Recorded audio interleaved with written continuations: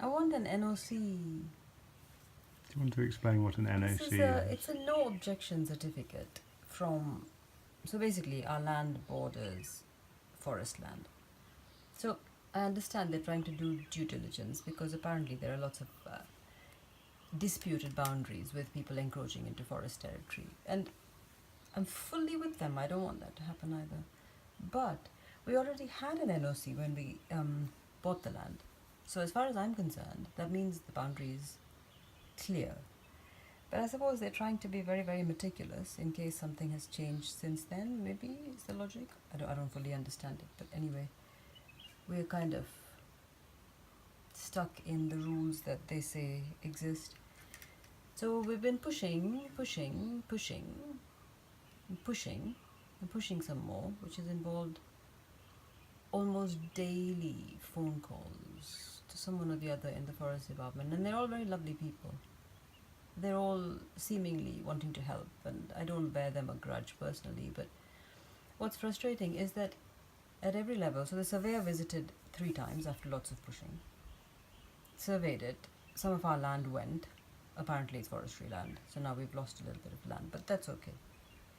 But that must have been, a month, maybe, ago, maybe even a bit more.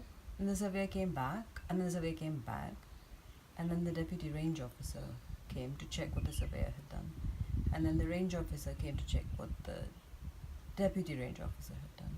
Now a report has to go to the divisional lead, but instead it's gone back to the deputy range officer because there's a report that hasn't been submitted.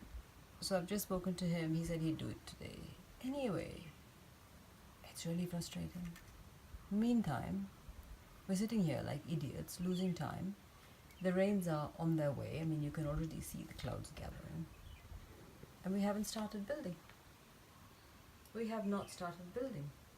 It's February. We wanted to start building in October, then November, then December, then January.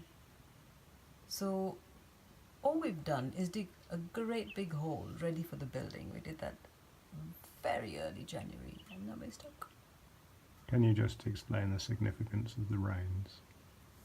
Yes, the rains, they stop everything. So you can't do any building during the rains.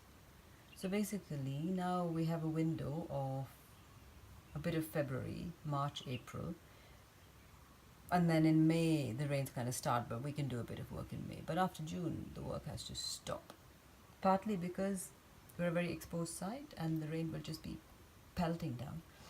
But partly also because the road access, which is already really bad, becomes even worse in the rain. And there's no way we'll be able to get materials up here in the rain, or labour, or anything.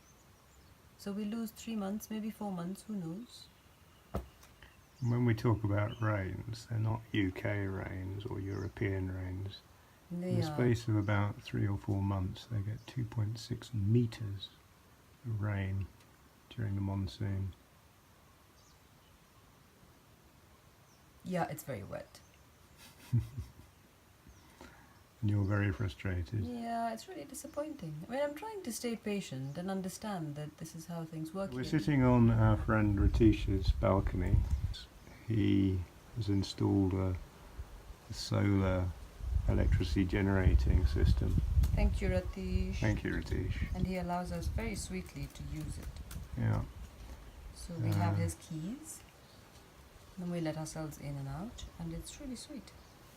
That's a lovely spot. But the loveliest spot is over there, and there should be a house on it.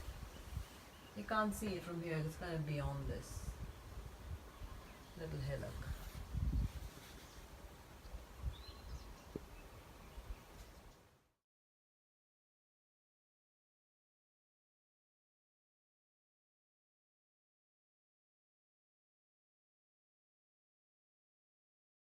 Do you want to tell me how you're feeling right now?